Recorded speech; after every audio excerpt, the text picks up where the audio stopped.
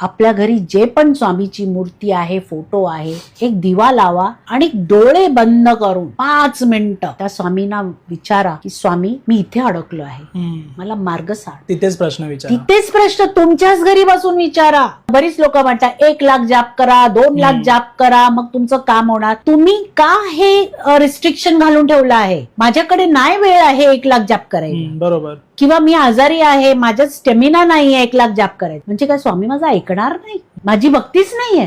तुमची जर परिस्थिती नाही आहे, जे तुम्हाला सांगितलंय एवढंच जाप करा, एवढ्या वाजताच उठा, आणि मी रात्री झोपेची गोळी घेऊन जर झोपते, मला सकाळी 4 वाजता जर नाही उठायला झालं, जे 4 ला उठून जाप करायचं मला नाही जमत आहे, जर मी ती 7 ला उठून केलं तर काय स्वामी मला म्हणजे प्रसन्न होणार नाही माझ्यावर? नाही, मी म्हणे नामस्मरण ठेवलं आहे, अखंड नामस्मरण ठेवलंय माझ्या घरी, तर तुम्ही लवकर या. तर मी म्हटलं हे बघा काका, मला हे जमणार नाही यायला, कारण इथे माझ्या आईला बघणारं कोणी नाहीये. अहो तुम्ही असं कशाला बोलताय? स्वामी आहेत ना तुमच्या आईला बघायला, तुम्ही राहा, स्वामी बघता, पण मिसगाईड असं कसं कोणाला करू नका.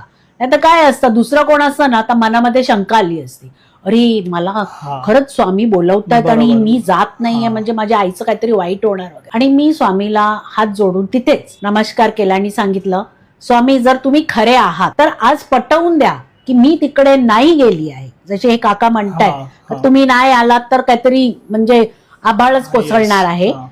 आणि मला असं वाटतंय का मला इथे राहायला पाहिजे, माझ्या आईजवळ कोणी नाही आहे, माझा पहिला कर्तव्य इथे आहे, तिथे नाही. चिंतन करा, स्वामीची मूर्ती, फोटो, जे काही तुम्ही ज्या स्वरूपात त्यांना पूजन त्यांचं करता, त्यांच्या डोळ्यात डोळा घालून सांगा की स्वामी मी माझ्याच घरी बसून तुमचं नाम जप करते आणि माझ्या ज्या समस्या आहेत त्या तुम्ही आपोआप इथेच सॉल्व्ह करून टाका. मला इकडे तिकडे भटकायची गरजच नाही आहे.